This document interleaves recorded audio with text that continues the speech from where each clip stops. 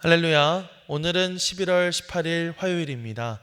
오늘도 정시매일 예배를 통해 경건의 일상을 살아가고자 하시는 우리 큰믿음 미신교회 모든 성도님들을 사랑하고 축복합니다. 다 함께 사도신경으로 우리의 신앙을 고백하며 하나님 앞에 나아가겠습니다. 전능하사 천지를 만드신 하나님 아버지를 내가 믿사오며 그 외아들 우리 주 예수 그리스도를 믿사오니 이는 성령으로 잉태하사 동정녀 마리아에게 나시고 본디오 빌라도에게 고난을 받으사 십자가에 못 박혀 죽으시고 장사한 지 사흘 만에 죽은 자 가운데서 다시 살아나시며 하늘에 오르사 전능하신 하나님 우편에 앉아 계시다가 저리로서 산자와 죽은 자를 심판하러 오시리라.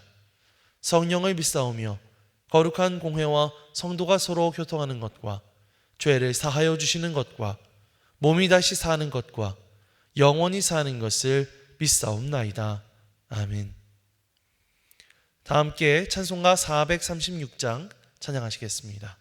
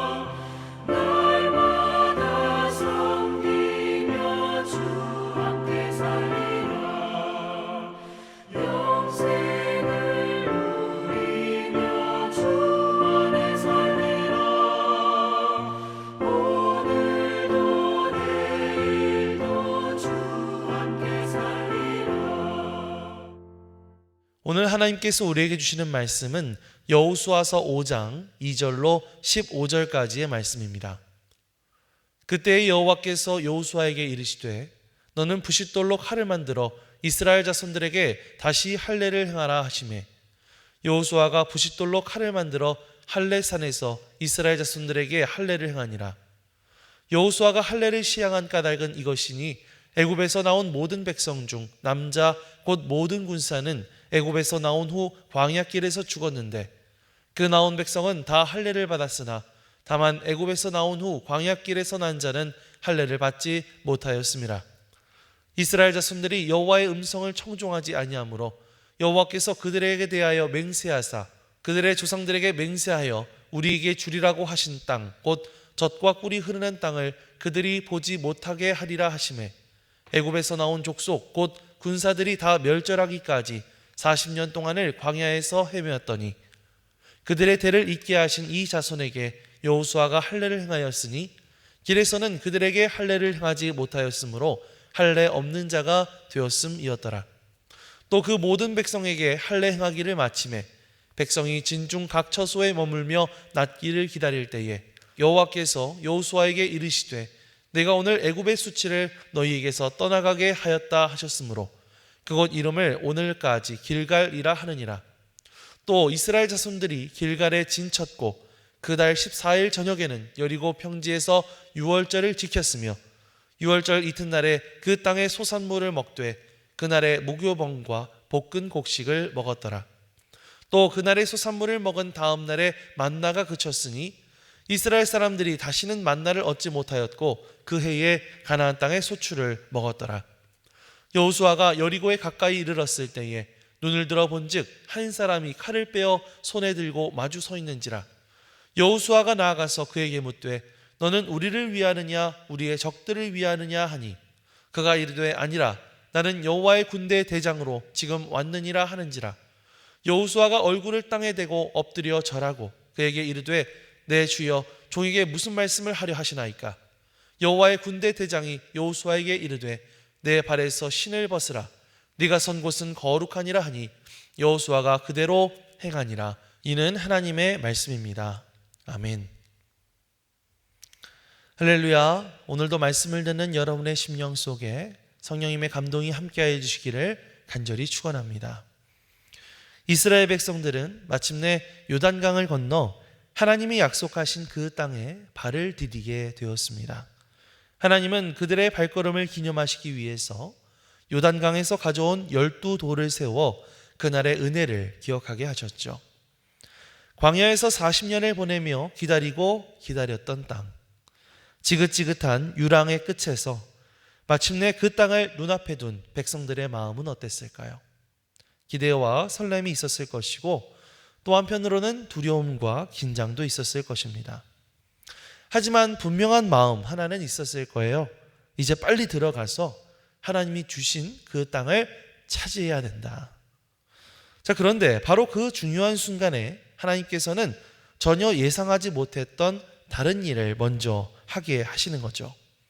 왜 하나님께서는 그때 그 일을 시키셨을까? 왜 지금이어야 했을까? 그리고 그 명령 속에는 어떠한 뜻이 담겨져 있을까?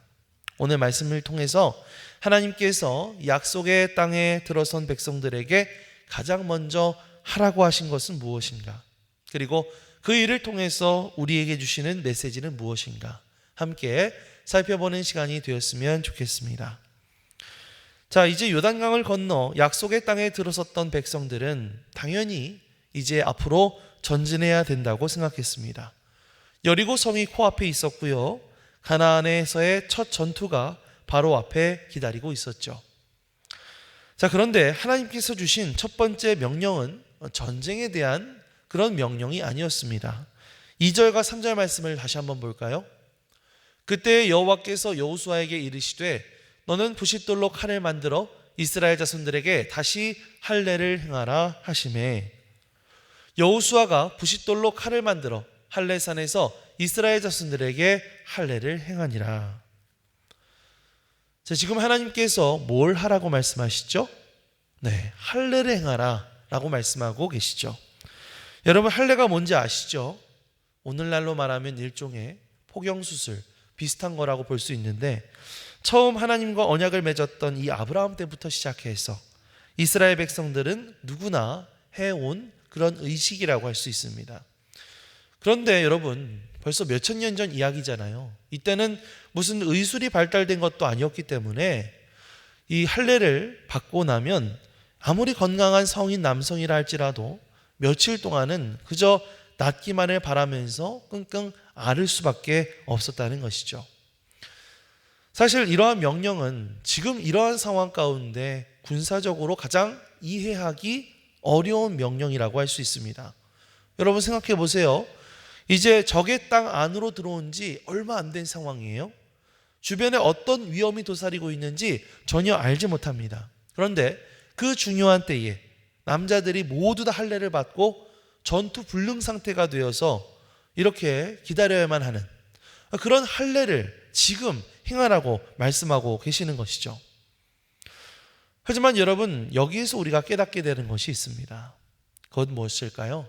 하나님은 이 겉으로의 준비보다는 마음의 준비, 우리 믿음의 준비가 먼저 되어야 한다고 말씀하시는 분이라는 사실입니다. 칼을 드는 것보다 먼저 하나님의 백성으로서의 정체성을 바로 세우는 것이 더 중요하다라는 말씀을 이 할례를 통해서 우리에게 하고 계시는 것이죠. 본문 6절과 7절 말씀을 보면 광야에서 나고 자란 이 세 세대는 할례를 받지 못했다고 말씀하고 있죠. 그러다 보니까 하나님께서 이들이 가나안 땅에 본격적으로 들어가기 전에 너희가 어떤 사람이냐, 너희는 누구의 백성이냐 라고 하는 이 정체성을 다시 한번 확인시키시고 싶으셨던 것 같아요. 성경은 이러한 시간을 이렇게 표현합니다. 9절 말씀을 볼까요? 여호와께서 여호수아에게 이르시되 내가 오늘 애굽의 수치를 너희에게서 떠나가게 하였다 하셨으므로 그곳 이름을 오늘까지 길갈이라 하느니라. 아멘. 하나님이 뭐라고 말씀하세요? 내가 오늘 애굽의 수치를 너희에게서 떠나가게 하였다. 자, 그러니까 이 할례의 시간은 이스라엘 백성들이 40년 전까지 애굽에서 종살이하던 때에 그 남은 흔적, 광야의 여러 가지 불평과 불신앙, 불순종의 기억들, 이런 것들을 그들의 마음에서부터 걷어내시는 시간이었다라고 하는 것입니다. 약속의 땅에 들어가기 위해 가장 먼저 필요한 것, 그것은 어떠한 무기도 어떠한 전략도 아닌 하나님 앞에서의 새로워진 마음, 그것인 줄 믿습니다. 사랑하는 성도 여러분, 우리도 살다 보면 이 새로운 길 앞에 설 때가 있잖아요. 중요한 일을 앞두고 또 마음이 분주할 때가 있죠. 하지만 그럴 때마다 하나님은 종종 우리의 발걸음을 잠시 멈추게 하시고는 먼저 무엇부터? 우리의 마음부터, 우리의 신앙부터 바로 세우게 하십니다. 너는 나의 백성이다. 나는 너와 함께 할 것이다. 너의 마음을 내 앞에서 새롭게 해라 라고 그렇게 말씀하고 계시는 거죠. 여러분들이 지금 계획하고 계시는 일들은 무엇인가요? 또 뭔가 새롭게 시도하시고자 하시는 일은 무엇인가요? 하나님께서 이스라엘이 가나안 땅에서의 여정을 시작하기 전 가장 먼저 이 할례를 통해서 그들의 마음을 새롭게 하셨던 것처럼 우리도 어떠한 일을 시작하기 전에 주님 앞에서 마음을 바로 세우고 그렇게 하나님 나라의 백성으로서의 정체성을 가장 먼저 확인하고 또 확인하며 오늘 하루를 살아갈 수 있는 저와 여러분들 되시기를 주님의 이름으로 간절히 축원합니다. 자, 이렇게 그들의 마음을 새롭게 하신 하나님, 그 하나님께서는 이제 이스라엘 백성들의 그 삶의 리듬까지도 바꾸어 가시는 것을 볼 수 있습니다. 자, 10절과 11절 말씀을 볼까요? 또 이스라엘 자손들이 길갈에 진쳤고 그달 14일 저녁에는 여리고 평지에서 유월절을 지켰으며 유월절 이튿날에 그 땅의 소산물을 먹되 그날에 무교병과 볶은 곡식을 먹었더라. 아멘. 여러분, 유월절은 어떤 날입니까? 하나님께서 이스라엘 백성들을 그 애굽의 노예 생활로부터 벗어나게 하신 것을 기념하는 날이죠. 자, 그런데 사실 이 광야 생활을 하는 동안 이 유월절들을 다 잘 지킨 것이 아니었습니다. 그런데 하나님은 이제 이스라엘 땅을 밟게 된 그 이스라엘 백성들에게 그 유월절을 다시 지키기 시작해라 라고 말씀하고 계시죠.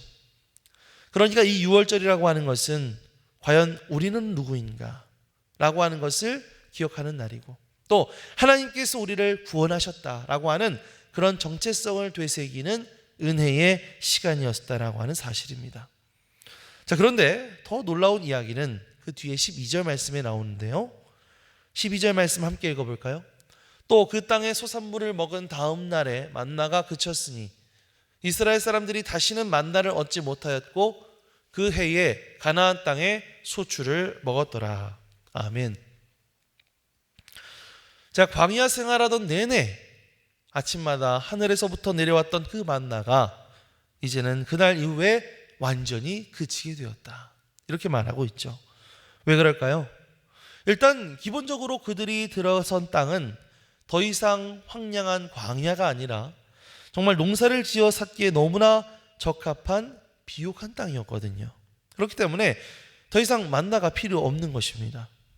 하지만 거기에다가 한 가지 의미를 더 찾아보자면 하나님께서는 이제 새로운 곳에서 새로운 방식으로의 삶을 살기 원하셨기 때문인 것 같아요.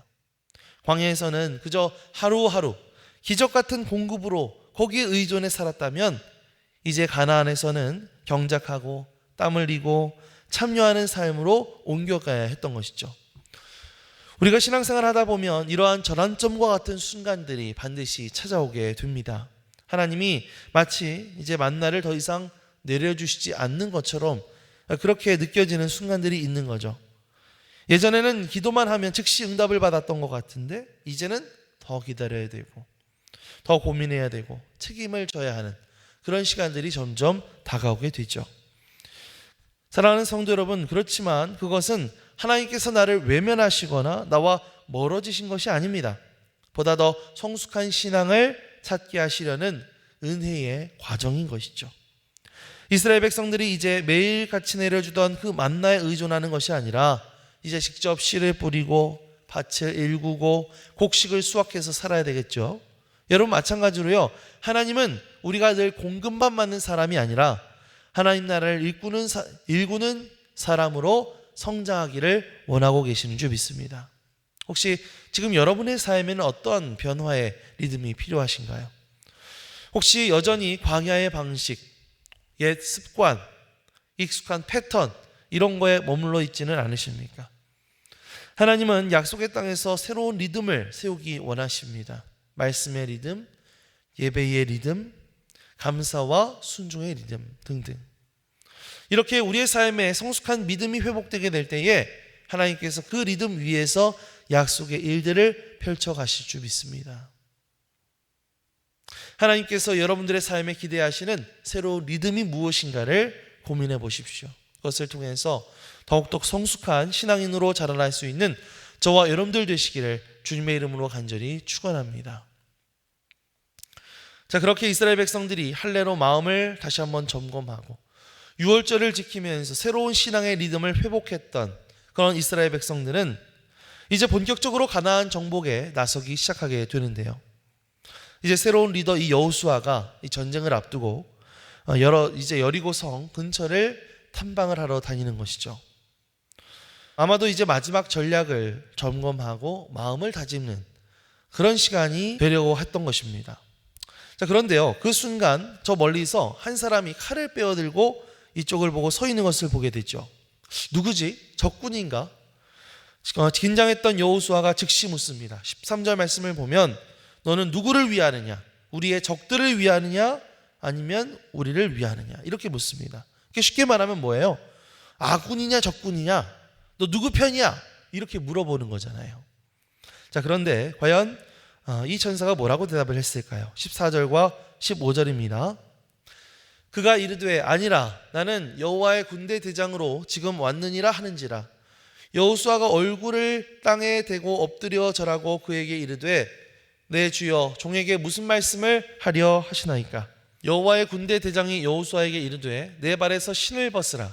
네가 선 곳은 거룩하니라 하니 여호수아가 그대로 행하니라. 아멘.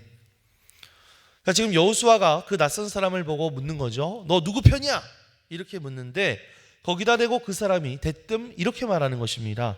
나는 여호와의 군대 대장이다. 이게 무슨 말이에요? 지금 감히 나한테 누구의 편이냐고 물어보는 거니? 난 누구의 편도 아니야. 나는 바로 거룩하시고 위대하신 하나님 편이다. 다시 말하면 누가 누구의 편이 중요한 것이 아니라 내가 누구 아래 있는가, 내가 어느 쪽에 서 있느냐가 중요한 것이죠.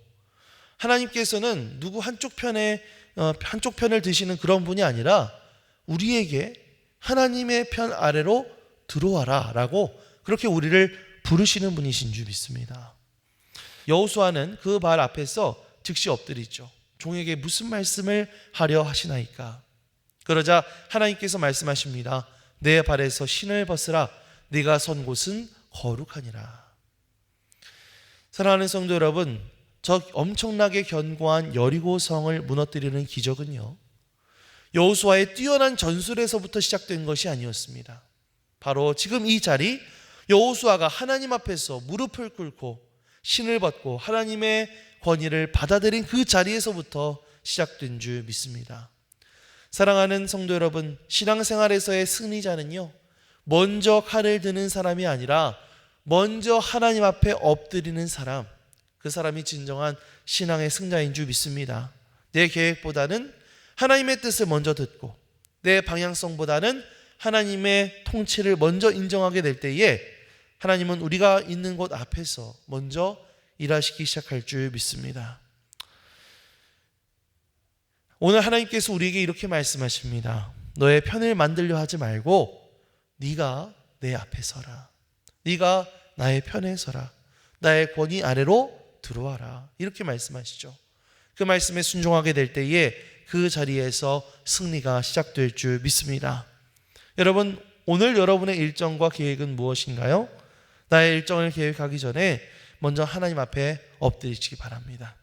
하나님의 음성을 듣고 하나님의 뜻을 따라서 걸어가시기 바랍니다. 그런 우리에게 승리를 부어주시는 하나님, 그 하나님을 경험할 수 있는 저와 여러분들 되시기를 주님의 이름으로 간절히 축원합니다. 아멘. 기도하겠습니다.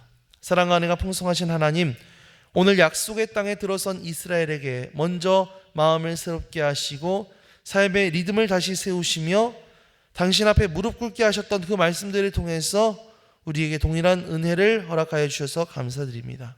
우리의 발걸음이 바쁘고 앞날이 분주할 때마다 먼저 마음을 새롭게 하게 하시고 하나님의 백성으로서의 정체성을 잊지 않게 하여 주시옵소서. 또한 우리의 삶에 주님께서 원하시는 새로운 리듬을 세워나가게 하시고 무엇보다도 주님의 권위 앞에 엎드릴 줄 아는 사람 되게 하여 주옵소서.